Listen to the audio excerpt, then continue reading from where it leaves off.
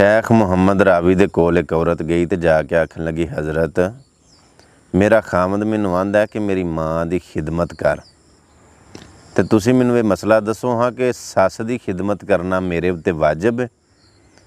तो शेख आखन लगे, नहीं, शोहर दे माँ की खिदमत करना तेरे उत्ते वाजिब नहीं। बड़ा खुश हो जाती, वेखो ना मसले का पता लग्या। उन्हें आख्या बिल्कुल तेरे उत्ते वाजिब नहीं, हाँ अलबत्ता तेरे शोहर उत्ते वाजिब है कि वह अपनी माँ की खिदमत करे। कित्थे वे सस तेरी है? मेरी सस हस्पताल है। तो उन्हें आख्या फिर तेरा शोहर इंज करे, इस मसले के तीन हल ने। तेरा शोहर इंज करे भी तेरी माँ नूं घर लियाए, ते तेरा शोहर ते तेरे बच्चे अपनी दादी की खिदमत करन ते तेरा शोहर अपनी माँ की खिदमत करे। ये उन्हां ते वाजिब है। अलहदा सैपरेट घर दे विच उन्हां नूं अपनी माँ नूं रखन। दूजे नंबर ते ये वे कि अगर वो माँ चाहे कि मेरा बेटा मेरे कोल रात रहे, तो तेरे शोहर उत्ते वाजिब है कि अपने माँ की नाफरमानी ना करे, उहदे हुक्म की तामील करदियां होया रात अपनी माँ कोल रुके। ये उहदे उत्ते वाजिब है, तेरे उत्ते वाजिब नहीं।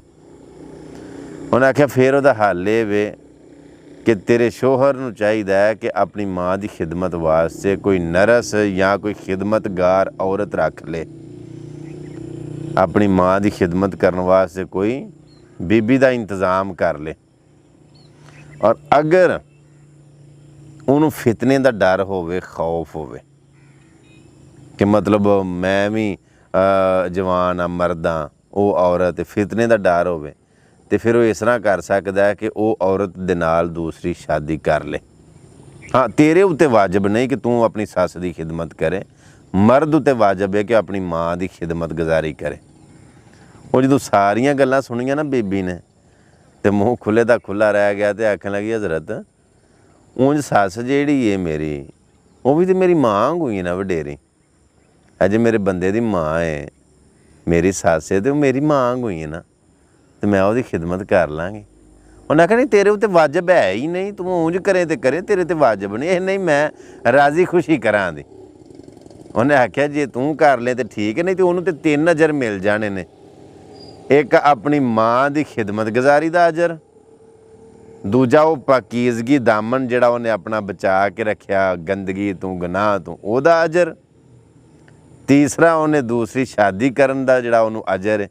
उन्होंने तो 3 अजर मिल ही जाने ने। आखन लगी नहीं कोई ऐसी गल नहीं, मैं अपनी सस की खिदमत करा दी, वो मेरिया भी तो मावां वांगू ने।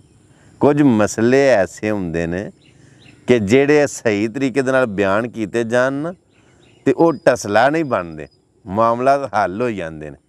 लिहाजा ਜਿਹੜੀਆਂ बीबियां इस गल तो नागवारी महसूस करदियां ने ना कि असी अपनी सस की या सहुरे की खिदमत करिए, किहड़ा साडे ते वाजिब है, तो याद रखियो फिर शोहरां दे कोल भी बड़े हकूक ने, बड़े इख्तियार ने जिहड़े अल्लाह ने दिते ने। उन्हें आप नहीं बनाए ये कानून, फिर उन्हां कोल भी बड़े इख्तियार ने।